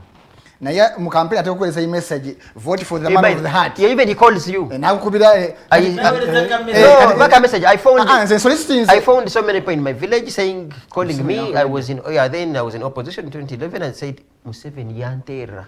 Think about Makaru, like because you would be there and some call comes and you be like, oh, Mzaiwech coffee, and people they thought, so is that solicited for? And this law purely gets to them. Now, I also want to get your comment on what this also means for democracy. We have technology has advanced, yes, and then we are now at crossroads with what is our technology contributing in as far as democracy building is concerned. So how does this also work? Let me make your question simpler. If I were you, I would ask, what would we ask of Parliament and our leaders in regards to this use or misuse? Yeah, I think this whole question can be answered by civic education. If all these amounts they have would be spent onto civic education, guys, I mean, we would go back home and like, okay, even talk to our children, talk to our colleagues. We know, I mean, you can talk to ourselves and say, no, this, I think here you were tough. Maybe this message, you can still use the same message, rather send the same message, but with different words. Civic education. And then we know, because literally, there are people, they are also excited with their phones, like, this happy, this typist here, general. I mean, whose father has taken on the responsibility as a father. Yes, to tame. You calm down, my son. Type about sports. He actually just tweeted and said he's an old man. He has to be told what to do. So now you see, that's healthy. Yeah, that's healthy. So with those of us with children who can listen, sometimes you can be mawagadi. Like, but you also take it on. Yeah. So we could do this and say, look, gentlemen and our generation, this is how I have healthy debates and discussions on social media. But also emphasize, what makes you happy isn't what makes me happy. In as far as posting and sharing information is concerned. Yeah, I receive so many messages of jobs are here, you know, these things of gold, what are these things of coins or something, those things. For me, they annoy me. It's okay. Politics. The mere fact, I just sing out message, maybe it's that. But these things, it's a psychological game. Before even hate speech, let's first understand and analyze. Because if you can dip the bottom line of why we are here, why people omusoga agamba ababanyankole, munyankole agamba ababaganda, omucholi agamba ababaganda. So twebuuze kyekyo kyatandika ddi. Because tumaze banga dene okula so of recent myaka ndozanga musanvu 10 nenzo kulaba ebintu ebya tribal nabikoma wonnyo nenze mpuze n'abanyankole abakiga abateso abadamu enimi zemanyi be bantu bembaddemu obakitegera because at least enmanyi ninga munana be bantu bembaddemu nga tubira fenna mu community yemuzanya wamu tukitegeeza Uganda yazimbibwa nze ekigambo ky'okuba mbesimanyi abanyarwanda sibana Uganda kibude of recent kitegera fe wafa abakolanga mu kyalo wafa mu kyalo babatanga balalo kitegera n'abanyarwanda so recent tegente bali abasiga bali banyarwanda ninga wafa bakazaako balalo because bajja kulunda ante sukate bane bakazaako ekyabalalo but the one is bazala mbasoga befumbirwangamu but it's of recent ngati efuse ensonga nota kuseri government but baleke tuyita abanyarwanda but we erinje eryenjawulo. So nze ndowooza nti waliwo obusungu obudeliberate obukumibwa abali mu bifo by'obukulembeze. Ndowooza tulina okudda ku drawing board tutuulenga amawanga gano ffenna ng'eggwanga tugambe nti tetulina munyarwanda, tulina musoga, tulina mukiga, tuli bannayuganda ffenna.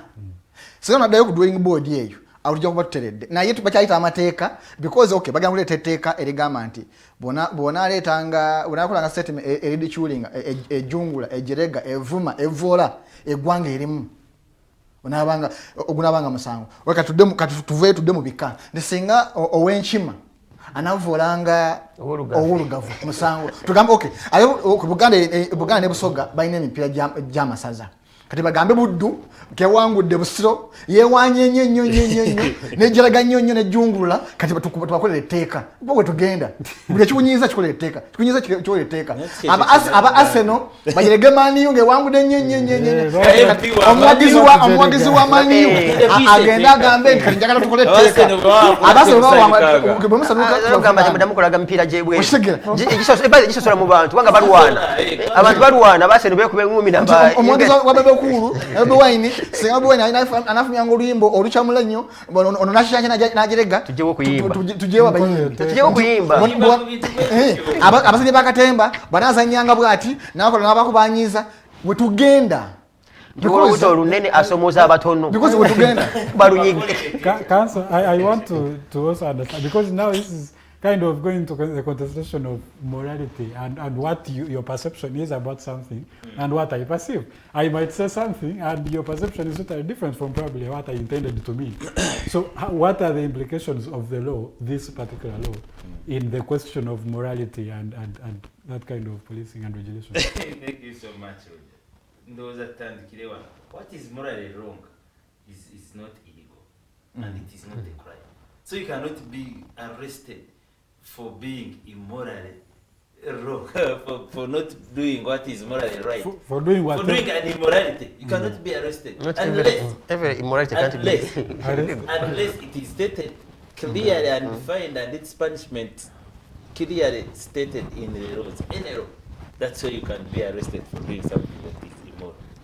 You see, so at that point we need to differentiate what belongs to morals and what is. In fact, the mere fact that something becomes illegal, it has now transited from being simply immoral and crosses. Okay, when a Uganda, indecent dressing, musango, it's a crime because it is under.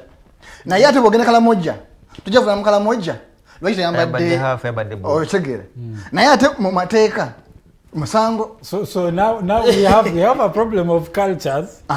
Yes, that's but even that is clear. And the example I will give about some of the moral things that are done. For example, in Uganda, omukyala tasobola kubuuza musajja ng'ayimidde. No, guys, about something simple. Do you know, if I say, mwana embwa zino, it's now, si kivumo.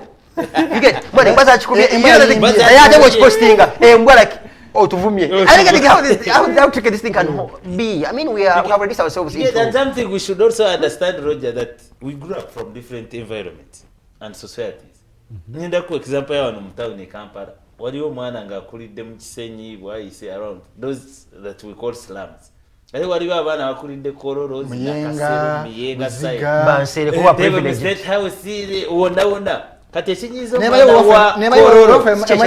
ekinyizo omwana w'ekololo si kyekinyizo omwana w'ekatala. Ekinyizo omwana w'ekololo kumuleetera mugaati mungi nga blue band kunyiga. Okusiiba nnyo ku ate ekinyizo wa ghetto butalaba mugaati.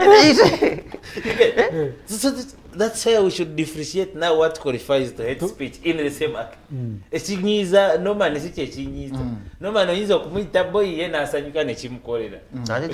Ate nga nze ng'opita boy ne ngamba ono yajoze. So these same things should be clearly stated. Nga bwe nagambye, the principle of legality must be clear. We should not try, to criminalize any immorality. Unless if you want to make it illegal, state it clearly in the laws. Moral laws are different from. But what becomes the law also comes from what people, the common life. But you see, Roger, where are these people? Who are these people that claim that social media has been their biggest problem? By record. And two. Where are these people? Bitongole bebyagenze okuwa endowooza zaabyo because si munamateeka ate siri MP mu kiso mu parliament but at least manyi nti okusinza engeri gye bateekamu amateeka nti etteeka libanga ligenda kukosa bantu bonna tu bantu bonna olaba togikwatako ate maki ndi okibayisa ebyabwe. But it was a countrywide. The government never wanted sente to begin with the Kubantu. Whether rebels are or not. That's a different case. The government had a budget. Negamba nti mugende mwebuze because en ensonga yagwanga lyonna. Naye mubuze ekibuuzo takize mu mateeka president yasayininga ku mateeka g'alyana lwaki lino erituze okuleeta.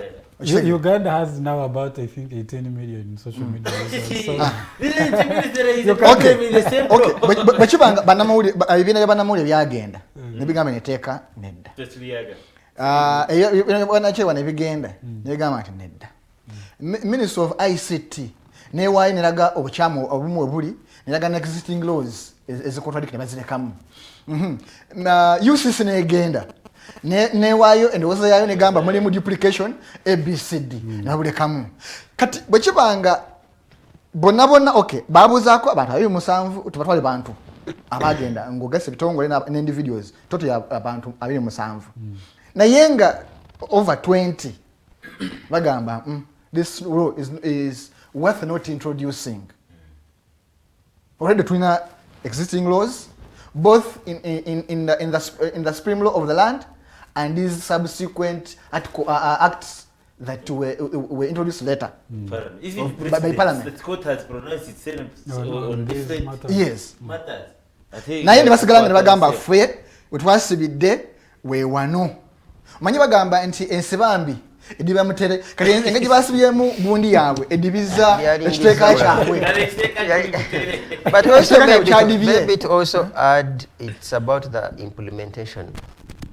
I don't want to be a prophet, not of doom, a prophet of this time around a prophet reality. A prophet of reality. I doubt whether there is any person these guys will convict for breaking this law. Because the same thing we do not have a formally tried, in fact triable and tried person on prison. Yeah, there are some. I mean, it's a scarecrow. Tukanga. Tukanga more, but reminding go come on to proving. You get because it has happened. We have been there. We shall sabula so as long as they do silly things. But also add that if it wasn't for excitement, we know that the Parliamentary Elections Act talks of when someone is found guilty for either bribery and the rest. How many by-elections have we had, and which person has been barred from participating in the re-election? You get, but it's there. The law is there. The law is even this very one was listening to the very move of the very person who was challenging. Yasoka nominating. The move of the bill, they asked him literally whatever you're saying is covered somewhere. The one on children is in data protection Act. Yes. So why did you decide to come with this? He said it's a choice. The others are not strong. We are making this one strong. It goes back to these two phrases, being busy and being effective. That house of yours is very busy. So when they sit there like, we must show to the public that we're doing something. But the productivity and effectiveness is what now brings the question. Because if they were that both busy and effective, they should have scrutinized every single existing law before coming up with this amendment. But because they did not read, Mama Nsereko agamba munamateeka. Okay, it's another fact. Because I represent someone. 1 second, Arnold. Sorry. This is it. Do you know the same man dressed in a very good suit was in court defending a 1 OLX? All access, only the same thing. He was an advocate of a person here. Having misused his the same law.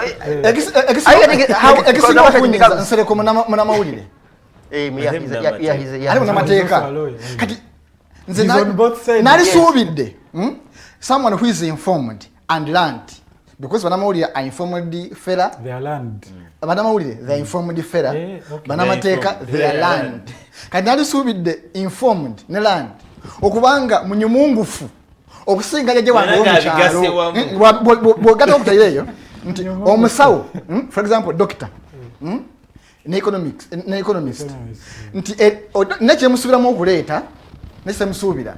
Kati ye omunyumungufu ng'agasse okubaamu akategeevu n'akayivu kyaleeta tekiba kya lubege oba tekiba kya kiboggwe nganze omulimi wange omulimi w'omukyalo kyalireesa because kyalesira kya mulimi naye kya muyizi abeera mu nsiko mu kibira because atise mulimi bwavaayo akungula naye omuyizi negati Arnold nati omukazi omuya kugamba ino government yabavubi wamma ababira ku nyanja obavubi ekikere tunalabireeyo akatimba kajja kwata kikere kajja kigonya omanyi kunyanja tulina akatimba kabaita mukokote doesn't discriminate mukokote kasakiba ati mu mazzi mukokote okuva kumuyamba okutuuka kumpuuta. You can put your comment there. You can also call in our social media handles. You can also call in live and make a contribution. I'm going to go through a little bit some of the comments that are here. I see very many of them. Most of them I see great job. Thanks for the show. Someone is saying, is this a men's conference? No. Some of these people are the petitioners who are there, so we considered having some of them to just tell us the whole implication and the meaning of... But where they are... Bagambe set Jalala, Oli Munamateeka, yes, actually yes. Ni Bannamawulire activist. However much na Munamateeka, because he's 3 in 1. Kati set ya eginako abantu bana. Twali agada abakyala petitioners batube nabo. But first of all space, then ne bakiikiriddwa nti ono advocate Bannamawulire with experience of some time. Ono activist, lawyer at the same time. Bannamawulire abibaddemu ebbanga ddene so kyamutema mubi nti tulesa abakazi wabweru no naye twagadde but you see people sometimes people can also be petty tell ku nsonga za bufumbo na bwa senga it must be I mean I think that has been addressed. Mutale Farouk Hussein says Nsereko is a real Museveni. Museveni knocked down people moving with a toilet car on his convoy. What are they trying to protect?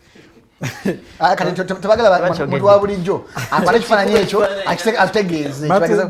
Byakuleka said, Tumuhimbise Norman, I am in support of this initiative. That the initiative is please break the law. So apparently Byakuleka is with you on that. Soboga Chris says, thank you guys. I hope they will later not be diverted. This is better than all Ugandan nonsensical partisan televisions. Thank you so much, Emmanuel Banyanzachi.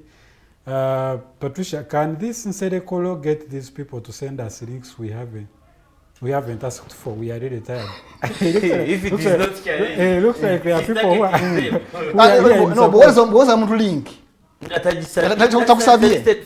First of all, oyina osobola okuntegeezaako nti owaaye nkweza link naye nokubuuza essimu nasigambye nti nkubira your call is also listed because it's coming from a small one of a yes so it's also listed kati kiba kitegeeza no communication at all. Patricia Among says, but since there is technology advancement and upsurge in cybercrime, isn't there a need to regulate information flow / sharing, not necessarily the Nsereko way, but some laws to regulate? So nyanza omufunanyi myezi 18 ngaali ekyo no ali prominent abantu where there is advancement in technology and lots of digital spaces, you also advance in civic education. The law, because even when, I mean, there are going to be so many, if they were to implement this, there could be so many innocents because of their ignorance. Even when lawyers say ignorance isn't defense. I find that so primitive. Yeah? So we should have embarked onto civic education as option one. And then perhaps this law could come maybe after 10 or 20 years. I actually wanted to also ask, let me ask this one to the lawyer now. Because, for example, I have seen young, and this I should also, because I know you may not bring me back here soon, I want to disown some old and immature man who happens to lead the Rwengo as the chairman LC5. I saw him. Now we were Rwengo. No, that's I'm disowning. I mean, it was unsolicited, you know. And I saw that thing on TV, I mean, everywhere on my phone. I'm like, this is an embarrassment to my district and to my persona as someone who hails from Rwengo. You know, as now, chairman LC5 of the whole district. I just okunyiza n'okunyumireka Uganda nga tunagenda wa Council Kato. Facebook, nsigale. Uganda tuna Facebook. Kuva 2021 kwa mukawulo tuna Facebook. Forum was now over a year now. Over a year. But even before Facebook, okay, being closed, wali OTT. Nga target ya OTT oyo kukendeza kubantu bameka Museveni abo excitement najja OTT nayongeza omusolo ku ki 12% ku data naye ku data kati Facebook bagirogirating hayi mu gwanga ninga police ebekola briefs za igabira live Facebook kati ekisanyusa nti my IP address endaga ndi Germany ndi London ndi Netherlands my IP address nebaka kufana na Uganda nga my IP endaga si mu Uganda the conviction would become a problem and that was my question that was coming to this guy, the practicability of implementation of this because social media ngojeko okumanya nti en account kitufu yo ya Arnold. One of the ingredients as you come to court to have any prosecution, you will say machine wait ne wait nga IP address yali konge lukulina nganda mu kizimbe bwekiti Norman Tumuhimbise yayogera ebyensimma tu ku Roger kati ino IP address egamba Arnold ngali UK mu kizimbe tuyina abavubi tuyina abavubi kati mbade ngeza kumaliza ku nsonge nti wewunya engeri prostitution jegenda okwata omuntu nzawade London envuge enteeka weyagala ekole ki mbeere nti gwe because ya accounts ezimu nga ziri pseudo accounts nga just camouflaging okay waliwo zibamanyi nti okay eyo Arnold oyo Norman oyo Rogers oyo Katonga okay bamanyi naye nzo kubanga njiresa omwana wange nakwata essimu yange na postings nga sinze because my account is open. For example, I've seen these things in Gabon. Omwana akwata essimu my boyfriend shared omwana akwata essimu nagera ku website ezimu na downloading videos naye sasa unknowingly naziga mu WhatsApp groups ngaze mu bulamu bwange mbali sinamu nudu wa nage naye mu butamanya bambi omwana nagera ku site wali auto downloads ne downloadinga ne bisaasana kati ngonvunana ndokuba nasasanyiza naye nga sinza abali nessimu obo kitege that's why olaba ne mu court emisango kyabali nyo kuprovinga ekitufu Arnold yabali nessimu kaseera even the convicted person because people hack challenged and stayed anyanzi people hack phones someone can hack my account na posting because you want to implicate me even catfish account someone can create an account in my image and say whatever they want. Yes. So how even hacking okay nizo wango chimanyi nti Rogers na account yaje kwese myaka 10 ngozo onondola kale nga you communicate ne number wajinda ku Facebook na ngukubira no kakasanti chi but someone can hack my account like yesterday my colleague from Salt Media Tumhimbise Godfrey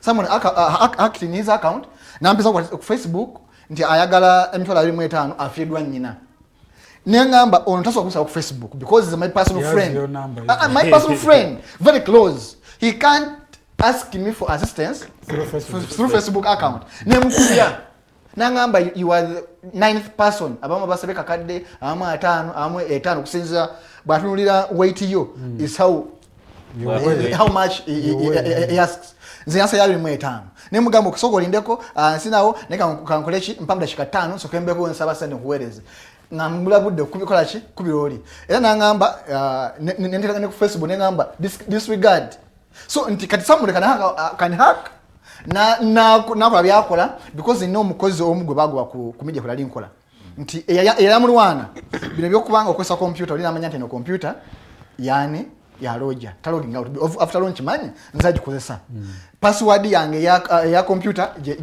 I just lock the computer but all the computer na locking kati paita IT ku Sunday IT na jam password ya computer on accessing Facebook na gram inbox ngubwereza ebintu nga yefula alga kumukama waffe alga kubakozi bane ebibi ne bazi printing out aliko no ku Monday ngaba printing out a conversation blackmail what never best yakola chi yakumugoba naye nga amazima tabyaliwo so like such scenarios because it's on record bamugoba because someone hacked the account na wandika message na blackmailing na ajira chi bano nazikolanga leverage ne bakosa abantu babafranga na government kampandikire Roger aso kumpa print out panikane gundi aso print out go bujulizi so nzibine bina nze ndaba obuzibu bunene nnyo era obuzibu bw'amaanyi nnyo okuprovinga eri eggwanga ne court nti anyway Nsereko webale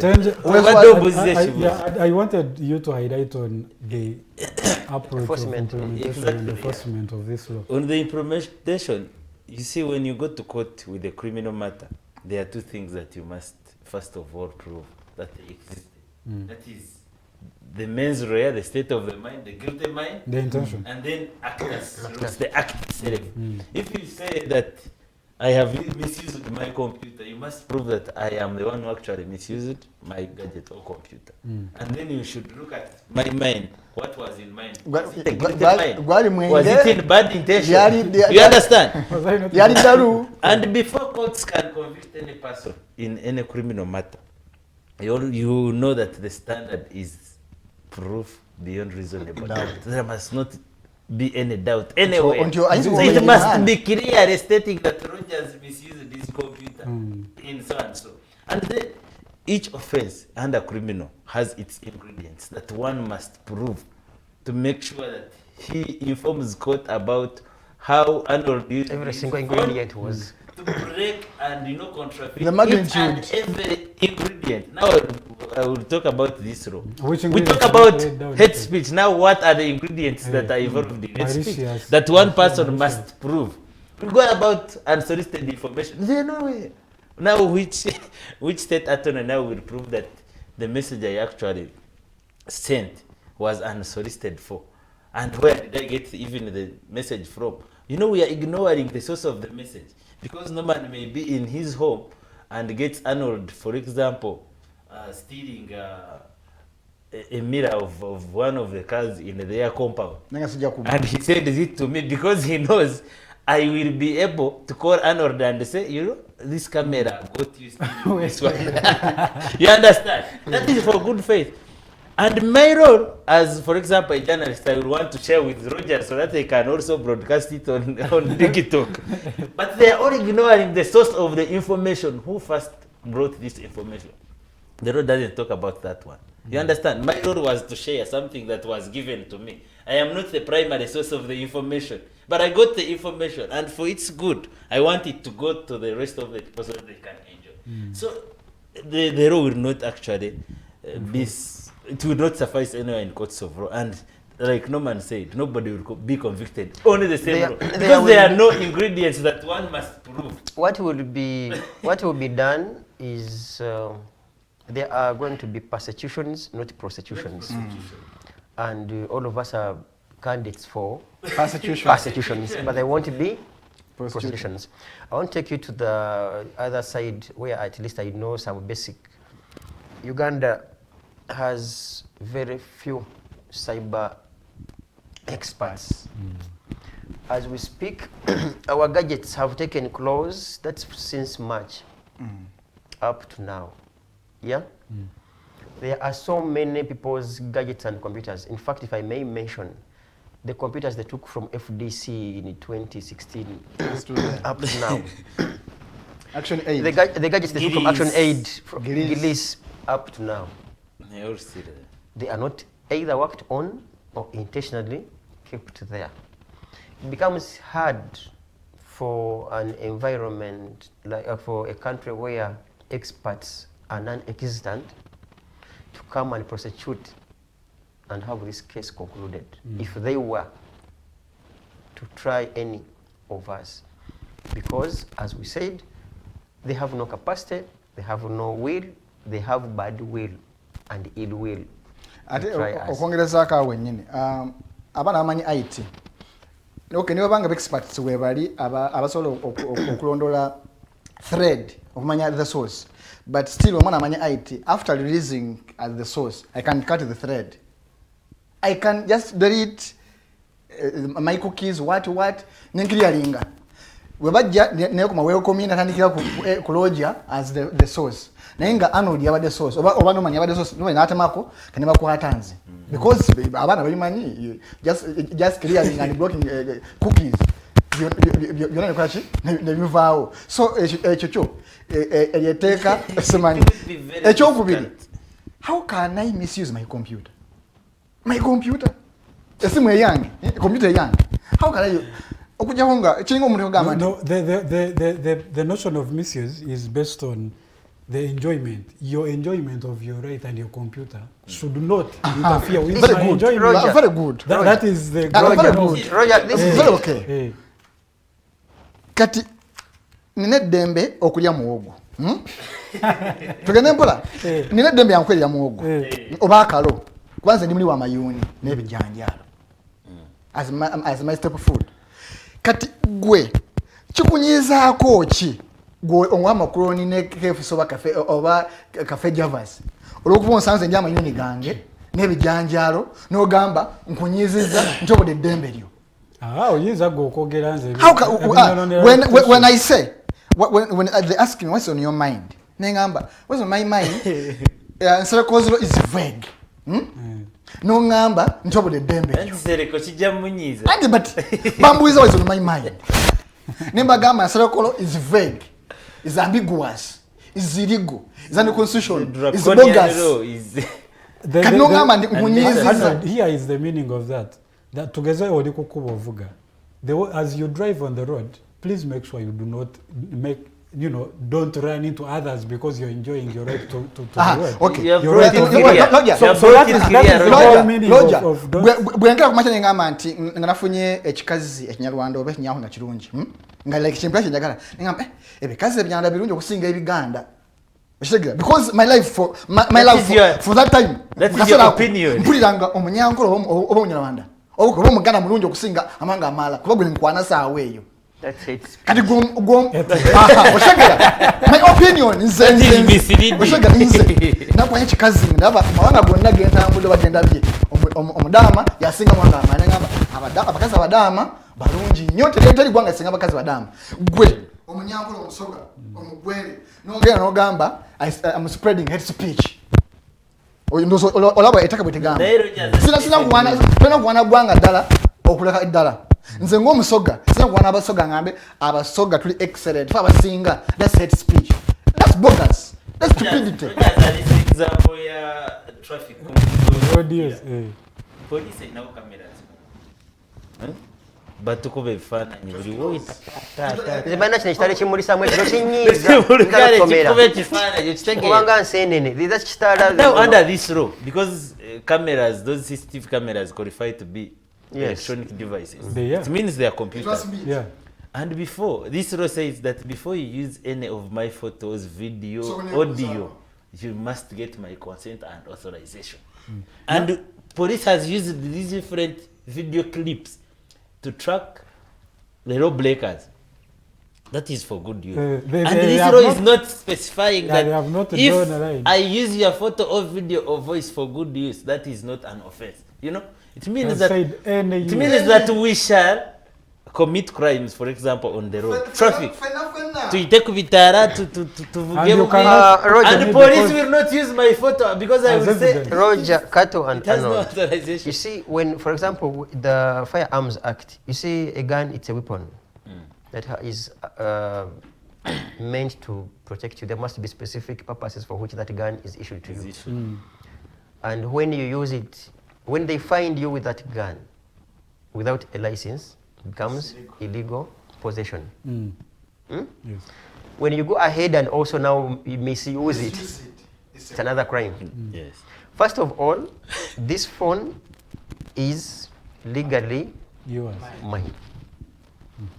It becomes my social media and communicative weapon. You get the logic? There are no specific guidelines for which I ought to use my weapon. So that when I type, they will say, according to how you are supposed to begin your statement in a recording, you have misused. Because this there should be there should be I get the computer. There should be a user manual. There should be now a user manual by the government to tell us that okay, before you purchase Samsung or this one, you must have a certificate. This is how you're going to use what? I have misused it. Proven to be a person. Katonda was like someone says. You get the point. I don't know what's up with this country. Like, when do I apply my self-defense? Because bani nga bijjawo ko ngana kutende ngamba di Nsereko nafanya bakulw'abalala kulinga kyenyanja for example kagege ndaba kakatuni bakagamba kagege you have a right to self-defend yourself ogambe that's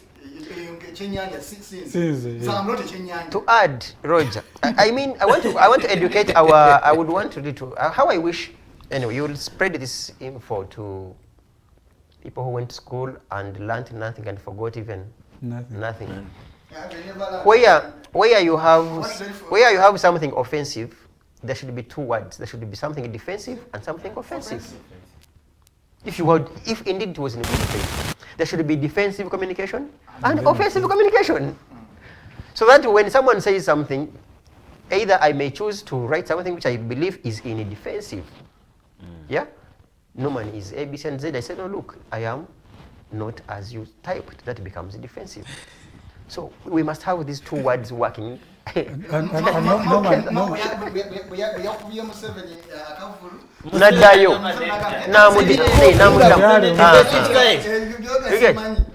what is the difference between how do we tell that this message is defensive or offensive? So it's the public to consume and analyze and so it's on me, the receiver, to ascertain which one I want to. So Norman, I want to ask, with the petition that was taken to court, we have also had these issues with courts and people saying that you do not just get justice. Anyway, the people who are made the laws are literally the proprietors of these courts also, who are giving orders now and again. What faith do we have in the justice being served in this petition? There is a philosophy which one of the philosophies that I believe in is that if you can never tell that someone is not trustworthy unless you trust them first. How do I tell that someone is not untrustworthy? Let me give him my phone.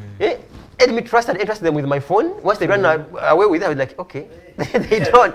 So how can we tell that courts are unjust or unfair unless we take petition to them? They stand a test for which we have prayed hard and worked hard to ensure that we now try them and see will they be consumed by the powers that be, or they will stand by the learned knowledge they acquired in school. So I think that's the best answer we can give.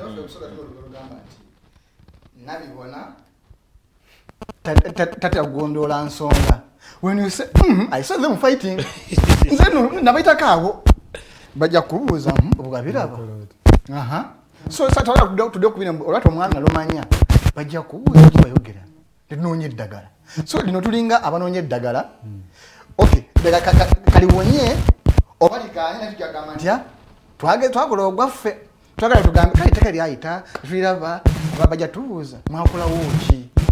Naye omuntu ajagamba bagenda mu kooti negamba nti etteeka ttuufu ffe tuliba tweggyeko obuvunanyizibwa bwaffe n'omusango kwa kusaidi yaffe. So tuli wano ebyafaayo biritulamula. Nze kisinga okunyiza bazzukulu bange kumbuuza nti jjajja Museveni abafuga emyaka 4 mwakolawo ki? Kiruma naye nja bagamba genda ku Google osome olabe kinakola ki kinakola. That was a contribution. Like Norman Gawagambi, we have done our role. And our role a competent petition before them. Now we leave the rest to them. We have done our duty. Let them do their duty, and we shall judge at the end. As citizens. As citizens. Twagala kubanga abalala abagamba nti courts tebazeesiga, but when they rule and give judgments in their favor, now they are very good for them. No.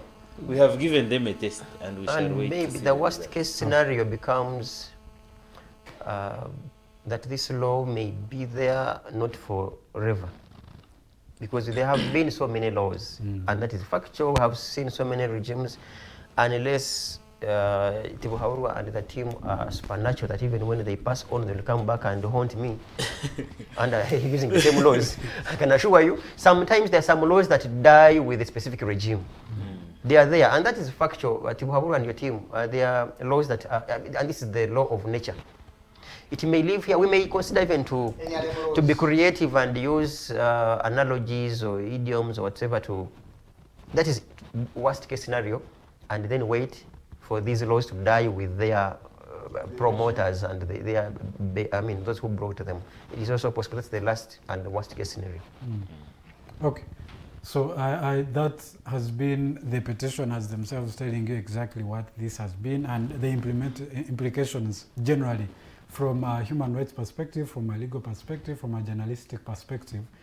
I think they have shared... Kanyihamba at 11, by the way, with his logo.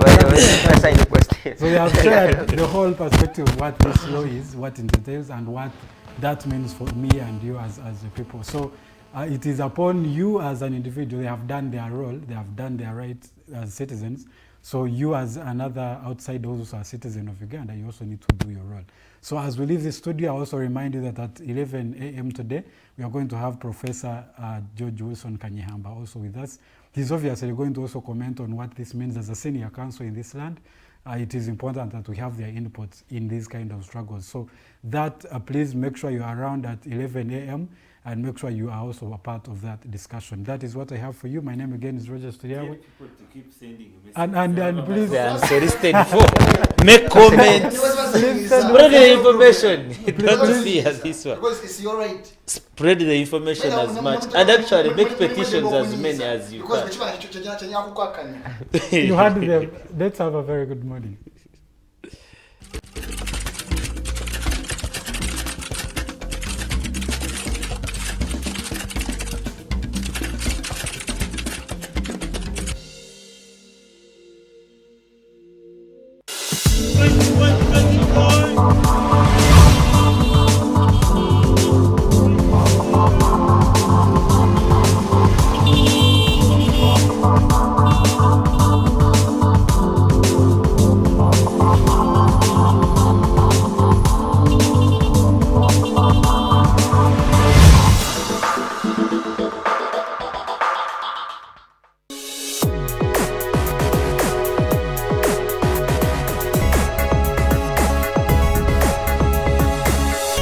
Alternative Digitalk. Real issues, real talk.